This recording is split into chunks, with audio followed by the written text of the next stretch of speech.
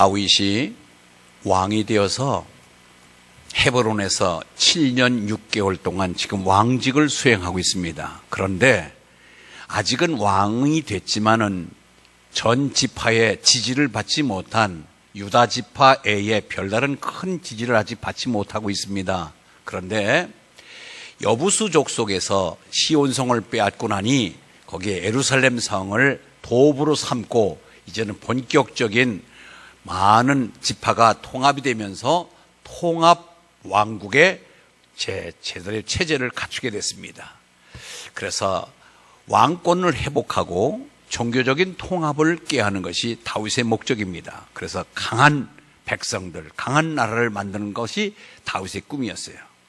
그러려 치면은 뭔가 공통분모가 있어야 되는데 이스라엘 백성들에게 가장 힘과 능력을 부여하는 여호와의 궤, 법궤, 하나님의 궤가 있습니다. 그런데 왕이 돼서 지금도 헤브론에서 전체적인 통합적인 왕이 되지 못해서 법궤를 찾아오지 못했지만 다윗 마음속에는 야, 우리가 그렇게 흠모하고 사모하고 우리 민족이 행진할 때나 특수임무를 수행할 때나 전쟁을 나갈 때 항상 법궤를 앞세워서 나갔단 말이에요.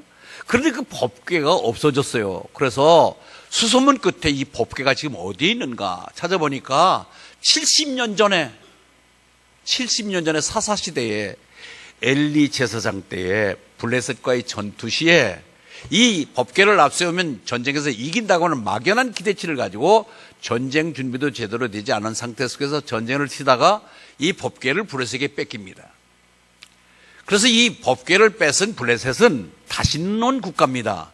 여러 신을 갖고 있으면 우리는 복을 받는다고는 다신론에 입각한 그들은 자기들이 다곤이라고 하는 신을 섬겼는데 거기다 플러스 야훼 신, 여호와의 신을 섬기면은 더 우리나라가 힘을 얻는 나라가 될 거 아니겠느냐. 그래서 자기 다곤 신전 안에다가 뺏어온 법궤를 같이 안치해 놓은 거예요. 그런데 자고 나니까 이상한 일이 벌어졌습니다. 자기네들이 섬기는 다곤의 모가지가 부러져 나가고 팔다리가 부서지고 엎어져 있고 엉망진창이 돼 있으니까 이야, 우리보다 센 신이 왔구나, 이거 큰일 났구나. 그래서 이 법궤를 빨리 가드 지역이라고 해서 지금으로 말하면 블레셋 변방 지역이 있는데 부산으로 말하면 기장은 가장 애곽지대에 있는 거 아니겠어요? 그래서 이 가드 지역에 갖다 놓은 그 가드 지역에 아비나답이라고 하는 집에 그것을 그 법궤가 안치되어 있습니다. 그런데 이 가드 지역에 법궤가 들어오면서부터 이거 막 온역이 번지면서 많은 사람이 죽은 거예요. 그래가지고 지금 그 가드 지역에서도 다시 그 앞서 좀 정정합니다. 가드 지역에 있다가 이 아비나답 집으로 빨리 옮겨놓은 거예요. 이상하다. 어떻게 저렇게 이 법궤가 우리나라에 들어오면은 센 신이 들어와서 우리를 도와줄 줄 알았는데 오자마자 우리 신이 모가지가 부러지고 몸통이 잘라지고 팔다리가 부서지고 아니면 또 이 가드 지역에 갔더니 가드 지역에 온역이 돌면서 많은 사람이 죽게 되니까 이 겁을 덜컥 먹고서 법궤를 그렇게 아비나답 집에 지금 방치되어 있는 상태인데 그 당시는 사사시대입니다. 사사시대에는 통치력도 강한 통치자도 없었고 수도도 일정하게 정해져 있질 않으니까 그때 20년 동안에 사사시대에는 아비나답 집에 방치되어 있는 것이 당연하다고 생각하더라도 사울이 임금이 된 이후에 사울은 적어도 이스라엘 통치 제1호의 왕이면은 우리나라 민족이 그렇게 섬기기를 좋아했던 법궤가 어디 있지 하고 법궤를 수소문해서 찾아와야 되는 거 당연한 일이 아닐까요? 그런데 이 사울은 법궤를 까맣게 잊어버리고 40년 동안 왕직이 마칠 때까지 법궤를 방치하고 있었습니다. 그러면 법궤가 지금 애곡지대에 나가 있는 지가 몇 년 됐습니까? 도대체 설교가 지금 따라오질 않고 있습니다. 엘리 제사장 때 뺏겨서 20년 동안 아비나답에 방치되어 있었고 거기에다가 또 사울이 40년 동안 통치 기간에도 법궤를 찾지 않았다니까 몇 년이에요? 이렇게 얘기해야 겨우 60이라는 것이 나옵니다. 그런데 지금 다윗이 왕이 된 이후에도 지금 헤브론에서 몇 년을 통치하고 있었다고 그랬죠? 7년 6개월. 8년이 다 됐지요? 이제 도읍을 옮기지요? 그러니까 10년이 훌쩍 지나가 버린 거예요. 그러면 총 몇 년이에요? 70년. 잘 따라옵니다. 70년 동안 법궤를 잊고 살았던 거예요. 그래서 다윗이 법궤를 안치하려는 목적은 종교적인 통합과 왕권 확립을 위해서 이 정신적인 지주 역할을 하는 이 법궤를 필히 빨리 안치하는 것이 목적이다 해가지고 법궤를 수소문하니까 지금 아비나답 집에 있는 거예요. 그래서 전 지파 중에 전 지역에서 3만 명을 뽑습니다. 그 3만 명은 지파를 대표할 수 있는 사람들. 우리는 오직 이 법궤를 앞세우고 살았던 민족, 하나님의 임재를 느끼며 살았던 우리 민족 아니냐. 그래서 그냥 몇몇 소수 사람만 법궤를 안치해오고 법궤를 모셔오는 것이 문제가 아니라 전 이스라엘 백성들이 법궤의 중요성을 깨닫게 하고 법궤에 대한 기대치를 더 불러일으키기 위해서 백성들을 아우르는 목적으로 3만 명을 전 지파에서 뽑습니다. 그래가지고 3만 명이 법궤를 안치시키고 운송해 오는데 대동한 거예요. 여러분 3만 명 한 번 줄 서서 가면 얼마나 장관이겠습니까?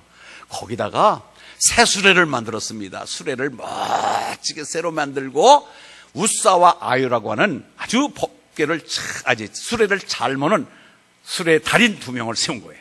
그래가지고 지금 신바람 나게 지금 오고 있는데 지금같이 포장도로가 아니잖아요. 덜커덩덜커덩하고 비포장도로 오는데 이게 마차에서 법궤가 떨어지려고 하니까 우사가 그거를 끄라는 거예요. 이렇게. 그런데 그 순간에 큰 난이 벌어진 거예요. 변고가 생긴 거예요. 그 법궤에 손을 대자마자 우사가 즉사해버린 거예요. 이거 무슨 일이에요? 하나님의 일, 하나님이 기뻐하는 일, 하나님이 좋아하는 일을 하면 뭐든 좀 잘만한 일도 좀 눈 감아주시고 봐주셔야 되는데 사람이 죽다니. 그러니 다윗이 얼마나 긴장하며 얼마나 놀랐겠습니까? 그래서 법궤 운송을 중단하고 일단 옆에 오벳 에돔이라고 하는 집에다 법궤를 모셔다 드려놓고 3개월 동안 재정비하는 거예요. 성경 공부한 거예요. 나는 내 방식대로 내가 이렇게 거창하게 3만 명 뽑았지요. 새 수레를 만들었지요. 우사아우라고 하는 이 수레를 잘 모는 2명 달인을 섬겨서 모셔다가 이 법궤를 잘 안치하려고 애를 쓰는데 왜 이런 변고가 일어났을까? 하나님 어떻게 하면 되겠습니까? 무슨 방법을 취해야 됐습니까? 12절에 보니까 그날에 다윗이 하나님을 두려워하여 이르되 내가 어떻게 하나님의 궤를 내 곳으로 오게 하리요? 이거 말고 어떻게 해야 됩니까?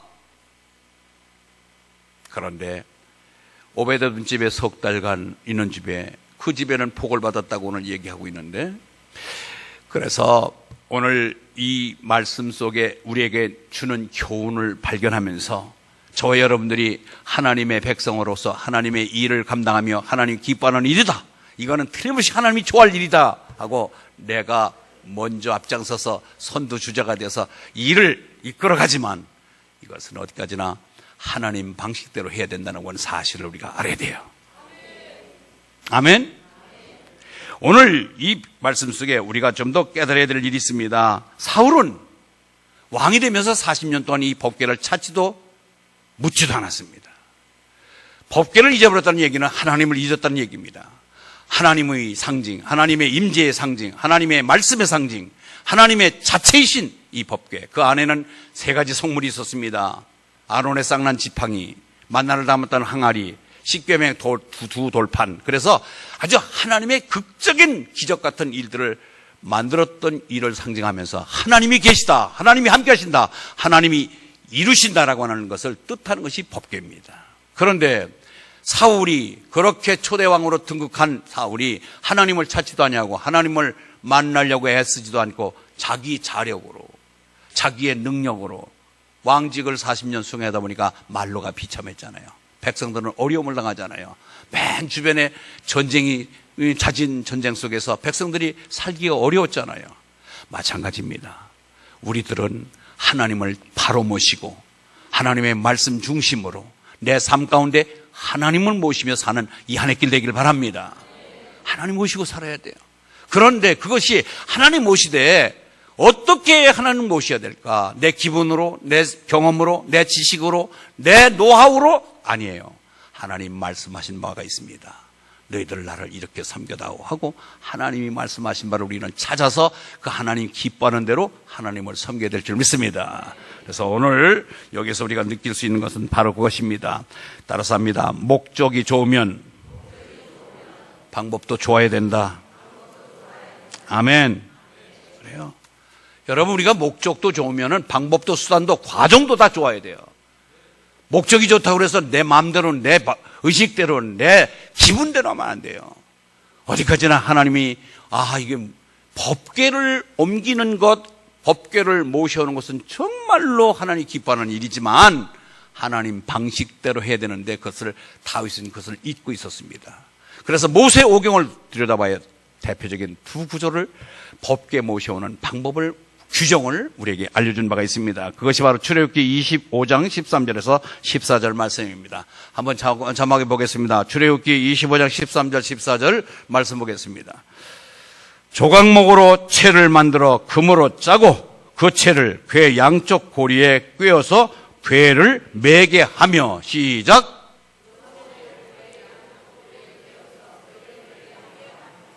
여러분 옛날 시골에 가마 보셨습니까? 가마가 궤를 꿰서 앞에 한 명, 앞에서 두 명, 뒤에 두 명, 네 명이 가마꾼이 가마를 몰고 가듯이 똑 그렇습니다.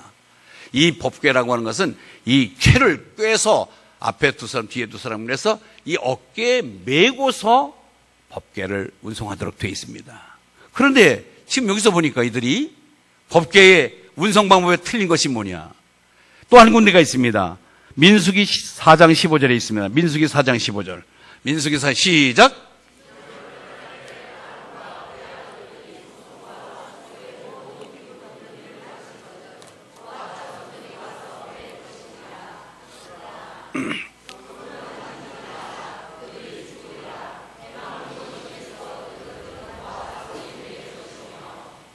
예. 1차적으로 잘못된 것이 마차에 실었다는 것. 두 번째는 법궤를 만졌다는 것입니다. 이 두 개 잘못된 거예요. 그런데 문제는요, 우리가 상식적으로 생각해보세요. 법궤가 떨어지면 망가지고 부서질 염려가 있으니까 덜커덩 하니까 그냥 손대고 만지는 것은 당연지사인데, 그럼에도 불구하고 법궤가 떨어지더라도 하나님이 그만 법궤를 만지면 안 되는 거예요. 그것이 우리가 해야 될 일이에요. 우리는 자칫하다 보면은 명분상 이것은 주님의 일이다, 주님이 기뻐할 일이다, 그건 내 생각이에요. 정말로 우리가 목적이 분명하면은, 하나님이 뜻이라면은 과정도 수단도 방법도 하나님대로, 하나님 뜻대로 행해야 됩니다. 요새 우리 교회에 세속적인 문제가 많이 들어옵니다. 우리는 문제가 있으면 엎드리고 기도해야 됩니다. 기도해야 돼요. 왜? 우리는 성령을 모신 전이기 때문에 성령께 묻고 성령이 기뻐하는 것을 해야 됩니다. 물리적인 방법은 아닙니다. 우리의 가장 큰 힘은 성령의 힘입니다. 성령님께 맡기고 해야 돼요. 근데 요새 합리적인 것 보세요. 지금 얼마나 이게 합리적이고 얼마나 좋아요. 분명히 법궤 만지는 것 합리적이죠. 떨어지면 안 되니까 붙잡아야 되잖아요. 그 다음에 편리주의. 어깨에 매는 것보다는 마차에 끄는 것이 더 편리하지요. 당연합니다. 그러나 아무리가 편하더라도, 아무리 합리적이라도 말씀이 아니다, 하라, 하지 마라 했으니까 하라고 그럴 때는 하고 하지 말라면 하지 말아야죠. 우리가 내 생각이, 내 경험이, 내 지식이 맞다 해서 성령께서 염려되고 성령이 싫어하는 일을 우리가 꾸며내면 그는 뒤끝이 좋지 않습니다. 내 영이 죽어버립니다. 오늘 우사가 죽은 것처럼 우리가 영이 죽어버리면 은혜가 안 됩니다. 여러분, 저는 이번 2월 4일 날이 우리 교회 20주년 기념일입니다. 설립일이 2월 4일이에요. 20년 2월 4일 날 세계적인 목사님 오시다 우리 부흥합니다. 그래서 여러분들이 이번 집회는 나 살리는 집회다 생각하십시오. 아멘? 따라서 합니다. 이번 부흥회는 내 영혼을 살리는 부흥회다. 아멘. 그래서 이제 오직 내가 하나님의 뜻을 앞세우고 하나님의 말씀 앞에 낮아지며 겸손하며 여러분들이 영이 죽었다면 영이 회복되고 살아나는 놀라운 축복의 기회가 될 줄 믿습니다. 그래서 우리가 이마처럼 하나님의 방법을 멀리하고 내 편리주의로 내 합리주의로 했더니 우사가 죽은 것처럼 우리도 마찬가지로 영이 죽어버리면 아무것도 못해요. 그래서 영이 사는 길을 다시 만들었으니 우리가 영을 살려서 하나님의 뜻에 따른 하나님의 방법대로 목적을 달성하는 저 여러분 되시길 주의 이름으로 축원합니다. 두 번째는요, 오늘 이 말씀 속에 우리가 받을 수 있는 교훈은 우리는 말씀을 모시기에 합당한 사람이 축복받는다. 시작. 말씀을 모시기에 합당한 사람이 축복받는다. 여러분, 법궤가 아비나답 집에서 70년 있었습니다. 그 집은 왜 석 달간 있었던 오벳 에돔 집은 복을 받았는데 70년 있으면서도 아비나답 집에 복 받았다는 이야기가 한 군데도 없습니다. 여러분 70년 예수 믿고 30년 50년 예수 믿는 게 문제가 아니라 석 달간 믿었어도 바르게 믿으십시오. 그러면 하나님은 여러분들 축복하십니다. 기간이 문제가 아니라 하나님 방식대로 하나님 기뻐하는 대로 믿으면 하나님 우리에게 복을 주십니다. 다윗도 3개월 동안 성경 공부를 통해서 하나님의 뜻을 발견합니다. 다윗도 내 머리로 믿었습니다. 내 경험으로 믿었습니다. 그런데 알고 보니까 잘못 믿은 거예요. 수레를 만들자. 3만 명을 동원하자. 새로운 좋은 마차꾼을 세워서 끌자. 그건 자기 생각이었어요. 하나님 방법은 그게 아니라 몰라서 그런 거예요. 알았으면 그렇게 했겠어요? 부 한 명을 죽이는 것을 그렇게 쉽게 죽이겠어요? 그는 몰랐어. 3개월 동안 재정비하며 공부했더니 이런 방법이 있었구나 하고 출애굽기 오늘 25장과 민수기 4장을 찾아서 그 뜻을 깨닫고 뒤에서는 이제는 하나님 방법대로 그 법궤를 오베돔 집에서 예루살렘으로 옮기는 과정이 나옵니다. 여러분, 우리는 여기서 말씀을 모시기에 합당한 사람이 축복받는데 보세요. 이 블레셋은 다곤과 몰록과 그 다음에 바알과 아세라를 섬겼던 다신론 국가입니다. 많은 신을 섬기면 우리는 좋아진다 생각하고 그들은 신적인 존재라고 하는 것을 다 믿었지만은 이 아미답 집에는 아무 축복이 없었습니다. 그리고 그들은 법궤를 뺏어갈 때도 마차를 싣고 가는데도 화를 당하지 않았습니다. 왜? 믿지 않은 사람들은 아무렇게나 살아도 돼요. 그러나 우리는 믿음의 사람은 정도를 걸어가야 돼요. 할렐루야! 그 사람들은 마차에 실어갔는데도 사람이 죽었다는 얘기가 없습니다. 근데 우리 예수 믿는 사람들은 마차에 끌고 가는 게 어깨에 매라면 매는 거예요. 힘들어도 어려워도 하나님 방식대로만 따르면 우리는 축복이 될 줄 믿습니다. 그래서 바로 우상을 섬기며 우상과 함께 짝한 사람들은 하나님의 말씀이 거할 수가 없고 축복이 임할 수 없구나. 훗날 이제 다윗이 방식대로 정한 방법대로 채를 어깨에 메고 법궤가 돌아옵니다. 그때 다윗이 왕이잖아요. 왕의 채통 체면 차릴 것 없이 너무너무 꿈에 그리던 법궤가 들어올 때 덩실덩실 춤을 추다가 하체 바지가 벗겨지는지도 모르고 춤을 춘 거예요.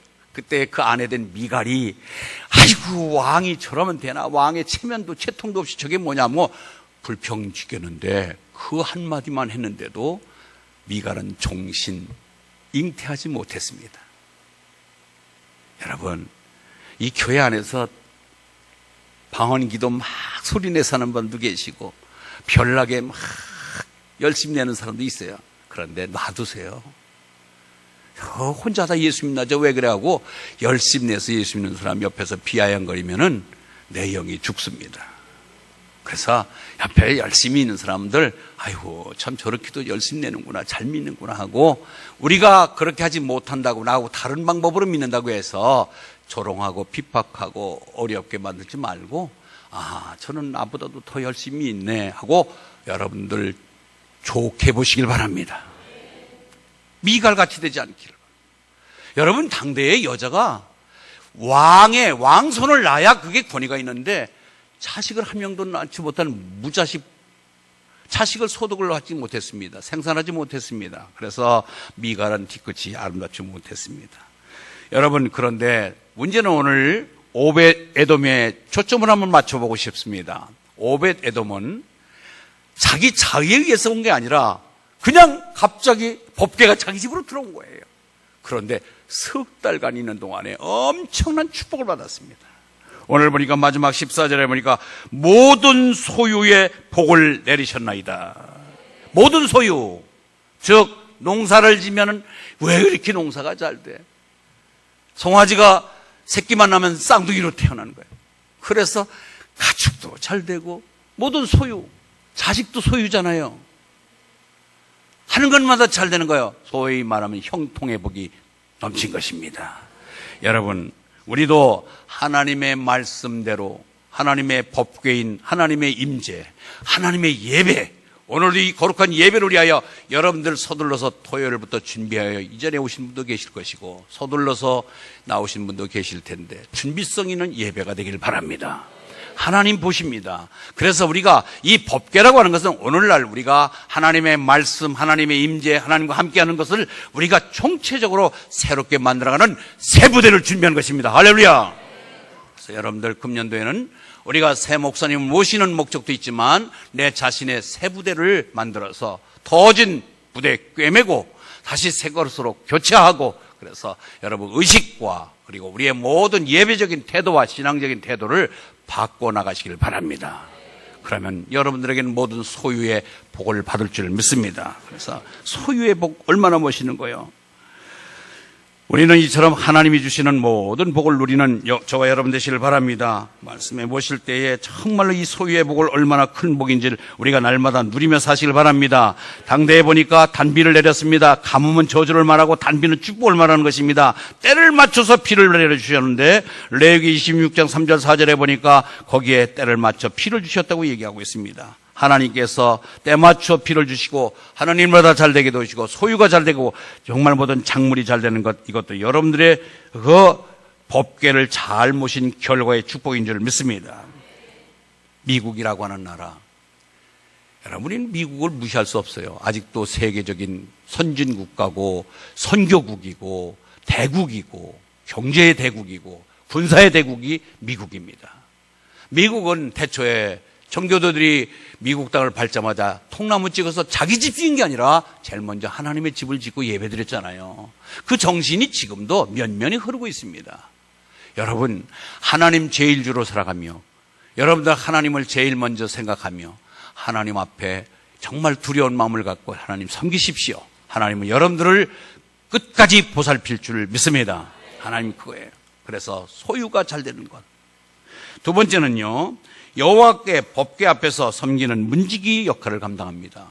여러분, 지금은요 뭐 문지기 하면은 하찮게 여길지 모르지만은 하나님의 전을 지키고 하나님의 법궤를 지키는 문지기는 상류계층의 가장 상위 계급이고 가장 명예로운 직분이었습니다. 그런데 평민, 아무것도 아닌 시골에 있는 평민인 오벳 에돔이 하나님의 전과 하나님의 궤를 지키는 문지기가 됐는데, 특별히 오벳 에돔은 그 중에서 남문을 지키게 되는데, 남문은 왕이 드나드는 문입니다. 왕의 문입니다. 그러니까 VIP 중에 VIP, 왕과 그의 가족들을 드나드는 문을 지키는 지킴이가 됐다고 하는 것은 큰 명예를 얻었다는 얘기입니다. 우리가 하나님 뜻대로 하나님 말씀을 잘 섬기면은 우리가 하나님이 우리의 명예도 높여주십니다. 내가 어디를 가든지 내가 너와 함께 있어 내 앞에 있는 대적을 물리쳤을즉 존귀한 자의 이름 같은 이름을 만들어주리라. 이것이 다윗에게 내린 하나님의 축복, 역대상 17장 8절에 있는 말씀이에요. 어디를 가든지 제가 그래서 군대 가는 우리 청년들에게 이 말씀을 꼭 적어주지요. 네가 집에 있든지 학교에 있든지 군대를 가든지 장소를 바뀌더라도 내가 너와 함께 있는다. 네 앞에 있는 대적을 물리쳐준다. 존귀한 자의 이름을 같은 이름을 만들어주리라. 할렐루야. 우리 금년 한 해 길 법궤 잘 섬기고 법궤에 순종하여 소산의 복과 더불어 여러분들 명예적인 면도 회복되기를 주의 이름으로 축원합니다. 하나님이 높이는 거예요. 내가 높아지려고 날 좀 알아달라고 박수 쳐달라고 여러분들 소리치지 않아도 주변 사람에서 하나님이 높여주십니다. 하나님이 존귀하게 만들어주시면 믿으시기 바랍니다. 예, 세 번째는요, 자손의 복을 받게 됩니다. 자손의 복. 자, 우리 좀 길지만 역대상 26장 4절에서 8절에 있는 말씀입니다. 역대상 26장 자막에 나올 것입니다. 역대상 26장 4절에서 있는 8성을 자 나와 있습니다. 우리 한번 큰 소리로 읽습니다. 솔로 시작. 아니 오베데돔의 아들 역대상 26장 4절 8절 예, 자막이 조금 지금 준비 중에 있습니다. 역대상 26장 4절 8절 예, 한번 여러분들 성경을 한번 찾았으면 한번 읽어보시기 바랍니다. 시작. 오베데돔의 아들들은 맏아들 스마야와 둘째, 셋째, 넷째, 다섯째, 여섯째, 일곱째, 여덟째, 그만 총 아들 몇 명? 오베데돔 8명인데 이 8명이 다 용사며 다스리는 자가 됐습니다. 할렐루야. 한마디로 말하면 지금은 지도자급으로 세워줬다는 거예요. 시시하게 하자고 이 오베데돔이 나만 잘된 게 아니라 나만 남문을 지키는 왕의 부하필을 담당하는 그런 직책이 아니라 자식들이 다 다스리는 자, 용사로 세움을 받은 것입니다. 그리고 그 후손들을 쭉 읽어보면 62명의 후손들이 다 잘됩니다. 할렐루야. 여러분, 내 대가 잘되는 것이 문제가 아니라 나보다도 내 후손이 잘되는 것이 축복입니다. 저 할아버지 만석군이고 저 아버지 때 천석군이더니 저거는 쫄딱 망했네. 그건 그 집은 그 가문은 망하는 가문이지만 아이고 저봐 아버지 저 별 볼 일 없이 농마주이고 쓰레기 줍더만은 저 아들을 저 판검사 됐네. 그 집은 일어나는 집안입니다. 여러분 갈수록 여러분의 집안이 일어나며 흥하며 잘되기를 주의 이름으로 축원합니다. 그래서 시편 112편 1, 2절에 보니까 할렐루야 여호와를 경외하며 그의 계명을 크게 즐거워하는 자는 복이 있도다. 그의 후손이 땅에서 강성하며 정직한 자의 후손에게 복이 있으리라. 여러분 이런 가정 되기를 바랍니다. 이런 가정. 예화 하나 드리고 마칠게요. 미국에 있는 존 영이라고 하는 흑인 농부가 있었습니다. 그 흑인 농부는 배운 게 없습니다. 가방끈이 짧습니다. 소작농을 하며 남의 농토를 빌려서 농사를 짓습니다. 그럼에도 불구하고 남이 쫓아올 수 없는 유일한 잘하는 것은 예수 잘 믿는 것입니다. 그래서 틈만 나면은 하나님 옆에 가서 하나님 흑인으로 태어난 것도 억울하지만 하나님을 믿게 됐으니 감사합니다. 하나님 오직 나는 하나님 한 분밖에 없습니다. 매달리며 기도합니다. 그리고 주일날에는 아무리 농사가 마음 바쁘더라도 주일 성수 철저하게 지켰어요. 철저했습니다. 근데 14명의 자손이 나옵니다.